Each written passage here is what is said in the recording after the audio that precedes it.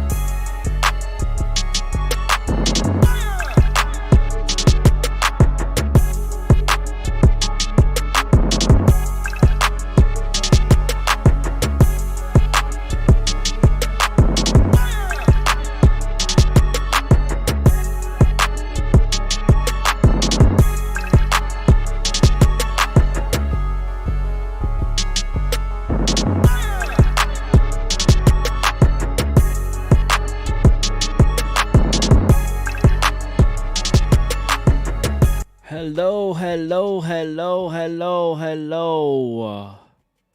And happy Memorial Day to everyone. And if you are a part of the military or if you've served,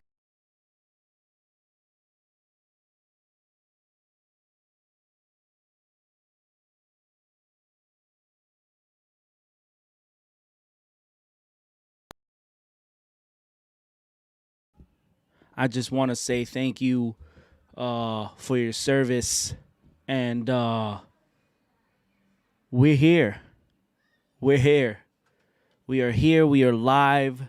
The Mets are playing today. They're facing the Arizona Diamondbacks. This is a team that we've beaten before. This is a team that we've actually swept. Not so long ago, we swept this team at home. It was the series that Francisco Lindor and Jeff McNeil got into the little skirmish. They had the little back and forth in the tunnel, and it turned into a, pretty much turned some things around for the boys, which I like to see as a good thing. I felt like it did some positives since that time. I've been trying to put these numbers together. So since that time, right? So we swept Arizona May 7th, May 8th, May 9th. Right? Since that time, we swept Baltimore as well.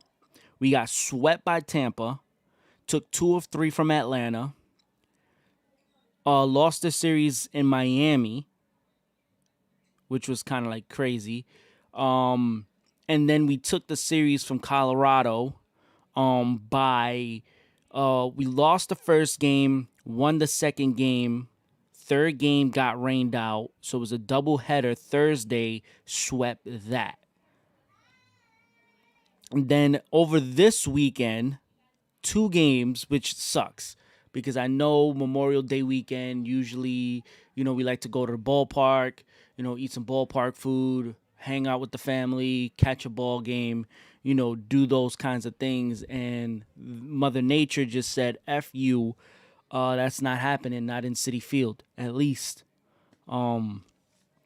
So they did get to play on Saturday night, which was the best victory of the season, the biggest victory of the season, scored the most runs of any game we played this season, and hit the most home runs of any game we played this season. So since then, we have been we've been on point.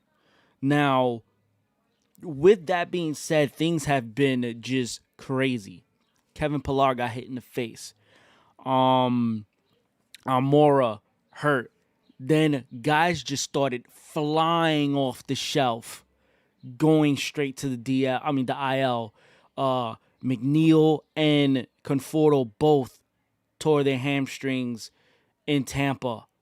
Jacob deGrom had to get scratched because of side tightness, and Taiwan Walker as well because of side tightness.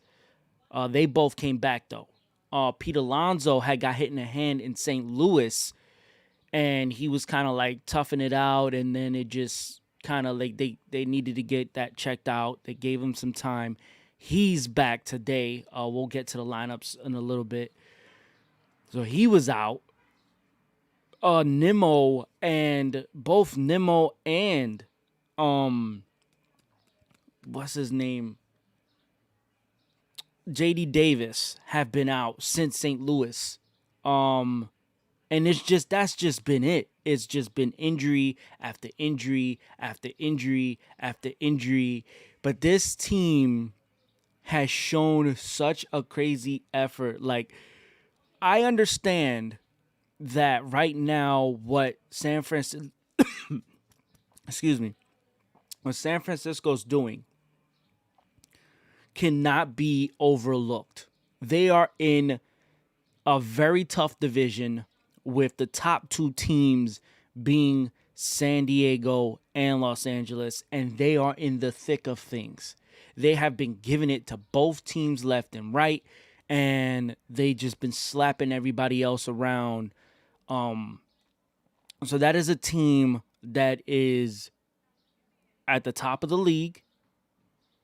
They kind of did what the Mets did. They played it smart.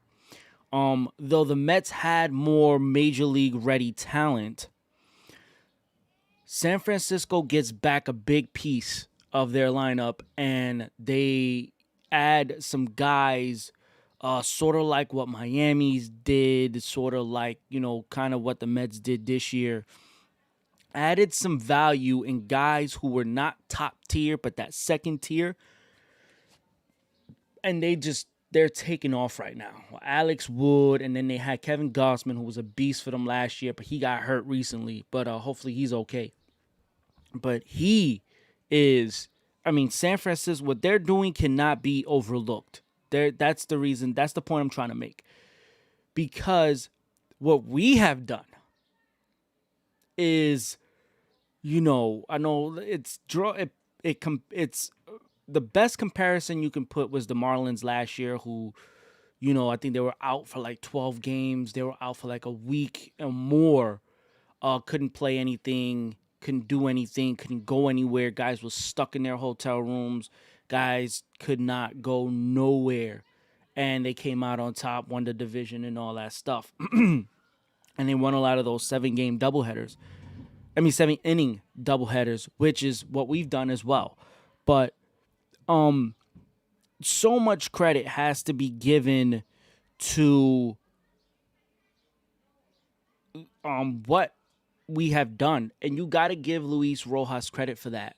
This is a guy who, again, the fan base was begging for him to get fired when things just weren't going well, when Lindor wasn't hitting well, when Alonso wasn't hitting well, when guys weren't hitting well.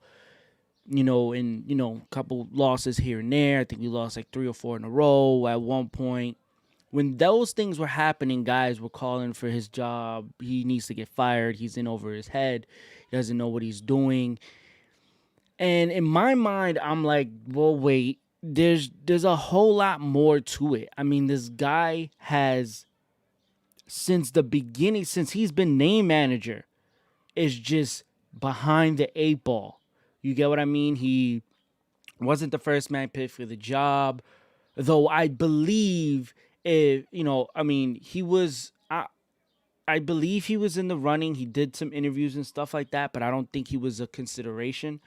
But take that with a grain of salt, because anything Brody Van Wagenen, any evaluation from him is just no good. Edwin Diaz is such a good guy, and it's not his fault. We could have got him and kept Jared Kelnick. That is the issue, right? The issue is not Edwin Diaz is trash and we need to get rid of him, though a lot of the fan base, still thinks that. They don't trust him, whatever. Guy's young. He's so good. He's one of the upper echelon closers in the game. He is a young guy, throws hard. When his slider's on, is very electric. So Edwin Diaz is a good player. So it's not the Seattle trade was not his fault at all.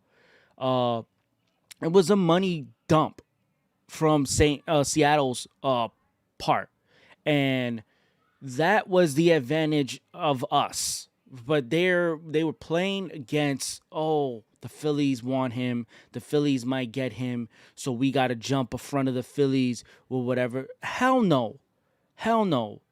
I mean, I'm sorry. I just don't see a scenario where the Phillies were really going to, they did have some pieces to give up to get him because they got Gene Segura instead, right? The Phillies ended up getting Gene Segura instead. We get Edwin Diaz and Robinson Cano. The Phillies were going to end up getting Edwin Diaz and Gene Segura together. But I just don't think the Phillies had the package for it. Nonetheless, right, it was a deal that did not need to involve Jared Kelnick. That's the issue, right? Getting Cano, getting Edwin Diaz is not the issue. Again, yes, Robinson Cano, got popped. His contract is expensive. We're going to figure out what to do with that when the time comes. But again, so Luis Rojas goes into to 2020 with just, all he has is his experience. Managing experience from all levels in professional baseball, from low A rookie to triple A, had success, won, was the quality control guy for us for 2 years. When we had the piece of trash, and Beltran was gonna keep him as the quality control guy. But what happened was media and garbage from major league offices forced the Mets to tell Beltran you gotta go, which was stupid. And I blame Wilpon, who's a piece of trash himself, but he didn't want no heat. He didn't want nothing to draw away from the fact that he was trying to sell the team. So he didn't want potential buyers to be kind of like wary of that, having to deal with a guy like Beltran who was a part of the scandal. And, so they needed to protect their butts, and Van Wagenen was a puppet, basically. He messed, to be able to mess all that up, the relationship you had with players and stuff like that, to now, you're just, it was one and done and you're never coming back kind of deal was trash. You get what I mean? Like, come on. That's an example of basically Jeff Wilpon and what ownership used to do to this team. Now we're under new ownership. Now things are different here. Analytics department is a huge key to everything we've done so far. Look at the defense. It tells you so. Bullpen, we're going to get into that. It just got a big boost today. Luis Rojas deserves credit. He definitely is number 2 behind Gabe Kepler. What he's doing in San Francisco is pure amazing. Can't believe it. But he's getting it done down there, fighting against the Dodgers, fighting against San Diego. And not a lot has been said about LA and their struggles early on, but they've kind of like, they were hot, fell off big time, came back. Now they're kind of like it's just like teeter-totter with them so far, but not a lot has been drawn on their flaws, and I kind of hate that with sports. We tend to gravitate towards, the bigger news, the more exciting stuff, and draw a blind eye to the negativity, except when it comes to New York, right? I hate that. I hate that from media. I hate that from people. But that's the kind of reputation we have as a city. We just don't give a crap about nobody, and we're just hard nosed, tough, hard knock life, New York City, all day, every day. So Luis Rojas deserves a lot of credit for the way this team has played. And I said it last year, and I said it over the winter. Luis Rojas has a knack. He has a way of getting his players to play hard for him. And that's something that guys haven't, the fan base hasn't really picked up on. Like, this isn't just a guy who is going to let the locker room get out of hand and whatever. No, he's the type of guy, he knows the game. So if there's something he needs that he doesn't quite get, that he doesn't figure out, he has his dad who's, been a big time major league manager, and Felipe Alou, and he, success all over everywhere he went. And, so he has that to lean back on. But yes, there are times where you kind of question certain moves and you look at certain things, but to come out and he doesn't know what he's doing. He's unaware of situations and situational. He just doesn't know what he's doing. Like, no, we got to understand something. Today's managing in Major League Baseball is 1,000% different than any other time, right? Carlos Beltran would have been the perfect person to manage this team if it wasn't Luis Rojas. And that's exactly what we needed to have. But circumstances, right? But we got the next best thing. Luis Rojas is a young guy. He's not an older guy. He's a young guy. So when you implement a big analytics department, right? So now it's not old school stuff where everything falls on the manager. No, right? There's guys with the clipboards and the computers, and they are kind of working in unison with the manager to come up with lineups, to come up with situational strategies and things like that. So it's a collective effort from analytics and management and front office. So it's a total team effort, and this is something that we are completely foreign to. The Mets have had zero analytics over the years. The department was little to none. Going deep as maybe like 10 people, when there are analytics departments in Los Angeles and the Yankees that they go, 40, 50 deep, and analytics departments that are big, huge, right? So the Mets beefed that up. They got like about 40 something people, maybe more, in the analytics department doing things, and it's crazy how you've seen things differently now. You see the way they approach things differently. You see the way defensively they're lined up. They went from a team that didn't shift at all, barely shifted a couple times, to now they're almost shifting on every single hitter. So they have some analytics on a lot of these hitters, and they're sweet spots and where they hit the ball and where they're good at, when they're hot, when they're not. And they're picking up on those things, and they're putting that in play, and you've seen the defense be successful because of it, right?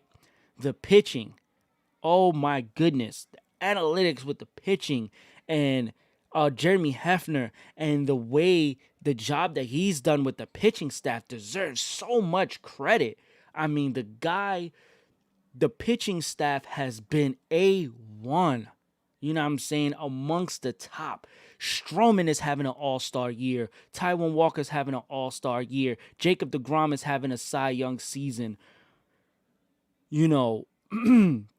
David Peterson is he's going through the motions right now, but he's facing guys that he did not face last year. So there's a little bit of a up and down. He's going through his sophomore stuff. But the problem is not having Carrasco, not having Noah Syndergaard. The issue is there. That's where the issue lies. Not having these guys to be there to help us at the back end. At least the middle to back end, right? Because Noah will slide up to the number 4 spot, right? Or number 3 spot, number 2 or 3 spot. And then, just everybody moves back 1 or 2, and then Carrasco and Noah Syndergaard kind of move up in that, regard. But Noah Syndergaard is pushed back till after the All-Star break, so we're not even going to see from him to the second half of the year. Fine, let him get better, let him feel better. Second half team has always been our name. Hopefully things would be a lot better and, on the way to 90 wins by that time. Carrasco, we should have him by, the next couple of weeks. I say maybe 2.5, 3 weeks the most. We'll have him back along with McNeil and Conforto.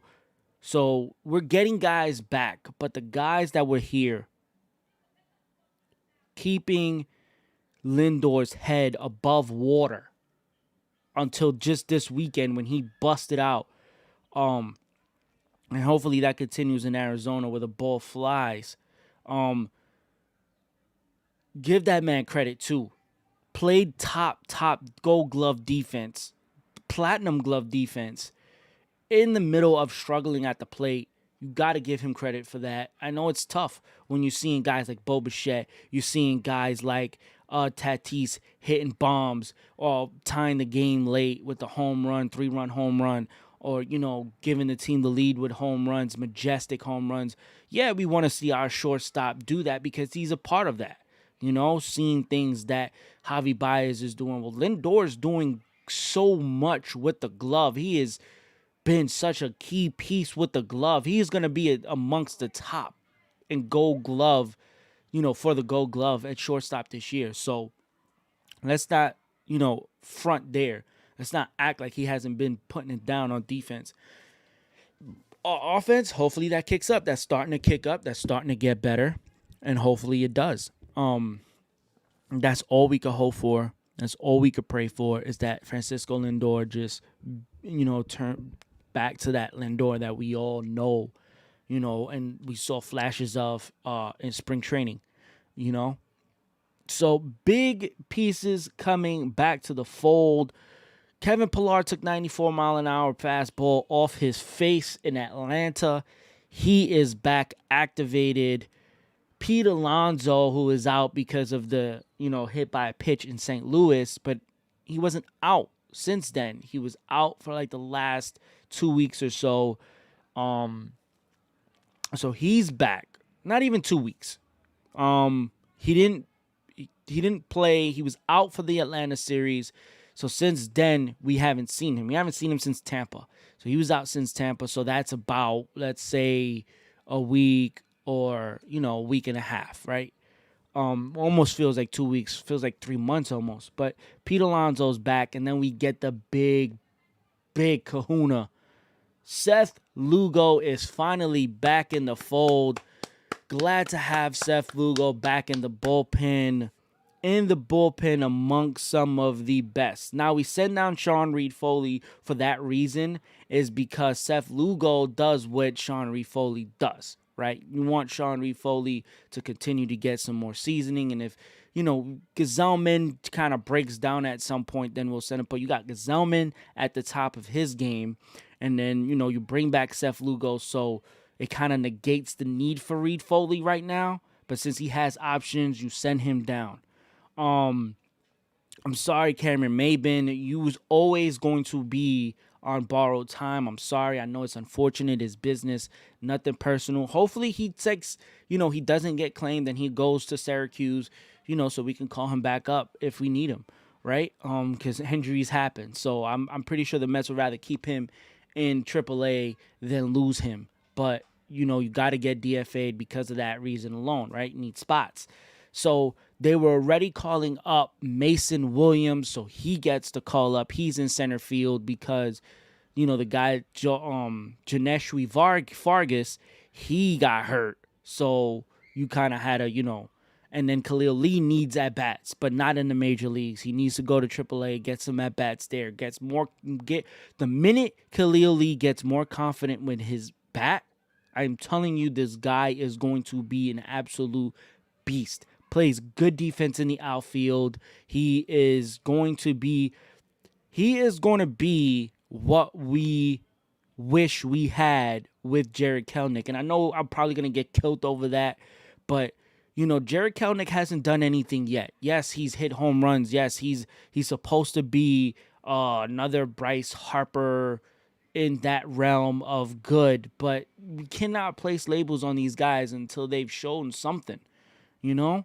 So let's see his first 100 at bats, how they go. I haven't seen anything. He's in Seattle, so I don't see nothing from them. But I'm telling you, Khalil Lee is just as good, can be just as good, if not better. I mean, they're two young guys, very young, but Khalil Lee plays downright great defense. And once we get that bat to catch up, the kid is going to be phenomenal. So keep that kid in your mind. Keep that kid locked, because if anything happens and we end up losing Conforto, which I wish won't happen, but anything happens in Major League Baseball, Khalil Lee will be that guy to come in next year or for years to come. But that's later, not now. So we send him back to AAA, let him get more seasoning, let him get better a little bit. But he tasted Major League hitting. So now when he goes and he sees that AAA hitting, when they always say that AA is better than AAA anyways. So when he goes to AAA, let him, bang it out over there and then come back. So those are the moves that were made by the Mets. And while we're doing that, we're going to take a look at the Mets lineup tonight. We got Jonathan Villar in the 3 spot, followed by Francisco Lindor. Pete Alonso makes his return to play first base. Dom Smith in left. James McCann back behind the plate after his back got hot over the week. Billy McKinney, I like him. I like him a lot. Billy McKinney in right field, Peraza at second, and Mason Williams starting for the Mets in center field, batting 8th with DeGrom on the mound, pitching and batting 9th. So, not too bad, not too shabby. Again, get what you can and you make with it what you can, but just make sure you get a W. That's the whole point of this, right? To get a victory, to get a W, and that's the whole point of that, right? So now let's go ahead and take a look at the visiting lineup card. We got Josh Rojas at shortstop batting first. Ketel Marte, center field. He is their best player. Batting second. Eduardo Escobar is not a bad hitter either. He bats third, plays third. Peralta, one of their longest tenured players, in left. Carson Kelly catching. Having Smith at first, Josh Reddick in right field, Leyba Domingo, he is Domingo Leyba, I'm not really sure, maybe I messed up his name, but he's playing second base. I think it's Domingo Leyba, and Miro Kelly is the pitcher for the Arizona Diamondbacks. Now, I don't know how much you remember from when we did face Arizona, but when we faced Arizona, that wasn't an easy series. Yeah, we got the sweep, but that we definitely weren't we definitely weren't getting we definitely weren't blowing them out and beating them single-handedly, and it wasn't a one-sided show when we faced them. So, they're good. They were a good team at that point. They've been bad since. But, again, in sports, you got to beat on the bad teams, and you got to play the good teams. You got to match the good teams. So you match the good teams, you beat up on the bad teams, and that's how you make the playoffs. And you got to win division games, right? You win your in-division games, those are the tiebreakers. So that's why you have to do good in those games. And then you beat the bad teams and you match the good teams. And then 50-50, right? With the good teams. That's how you are successful in this. A couple more notes. Again, the Mets have a very, very, very tough series coming up. This is a West Coast trip, two series. We got Arizona, and then over the weekend we got San Diego. Right? We got 3 in San Diego. I thought it was gonna be 4, but no. So it's 3 in San Diego, and then we got Monday, and then Thursday off because we go to Baltimore, play Baltimore 2 games, come back, play San Diego 3, Chicago 4. Seems like we're always playing 4 games against Chicago. And then we got the Nationals for 4 because there's a doubleheader on Saturday, the 19th. And then we got 3 doubleheaders. And I'm hoping those are the only ones. We got 3 doubleheaders set up this month in the second half of the month. So on the 19th, on the 21st, on the 25th, we have doubleheaders against Washington, Atlanta, and Philly. So big games, important games, winnable games because, again, I understand our offense hasn't been there, but I believe that our pitching matches up very well with Atlanta, or we can be better than that.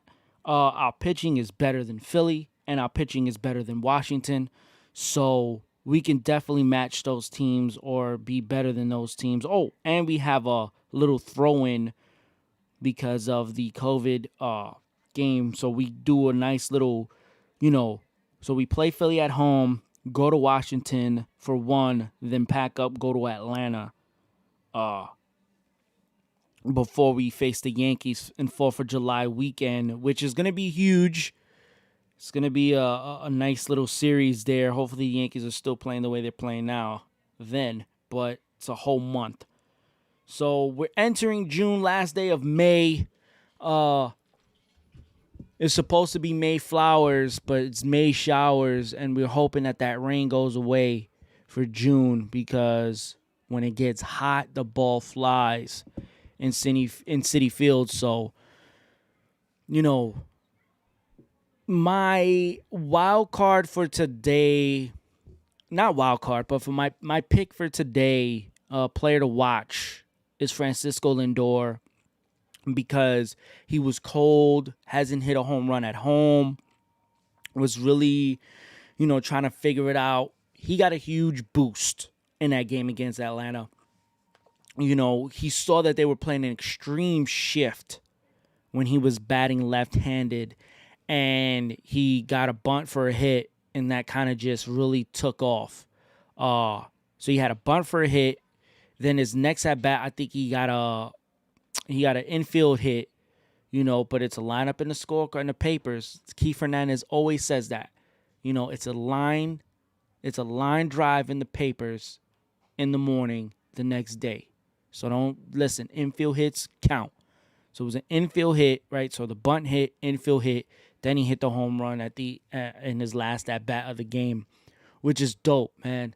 So Francisco Lindor is my player to watch for tonight. Pete Alonso is my next player to watch just because we want to see how he does. And, if things get I don't plan on seeing Seth Lugo right now. And I think the plan for Lugo, I don't know if it should be or will be, but I think it should because he's the best candidate for it. When we have bullpen games, he is the guy. So it's going to be him and Lucchesi kind of tag teaming, So either Lucchesi will start and then Lugo will pick up after, or Lugo will start and then Lucchesi will pick up after. Either or, depending on the matchup until Carrasco comes back.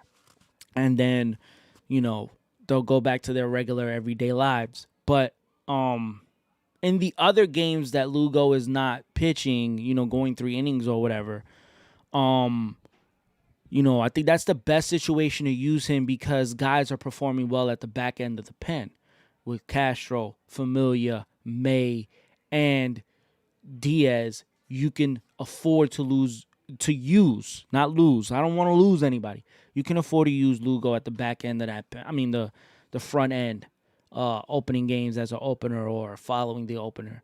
So look out for that. I don't think that's gonna happen this week because Peterson gets to start. So it's DeGrom, then Peterson, then Stroman at the end of Atlanta. So that bullpen game might come in San Diego, but I hope we have what it takes to beat the Padres because again, a lot of heat, a lot of heat. I know a lot of people not expect it. We got to expect it. The Paddock and Alonso thing in 2019 happened, and then there was still a little left over from that, and then you also have the Lindor getting the $1 million more than Tatis, so that is going to be a matchup to watch. There's going to be some heat in the ballpark out of these two teams.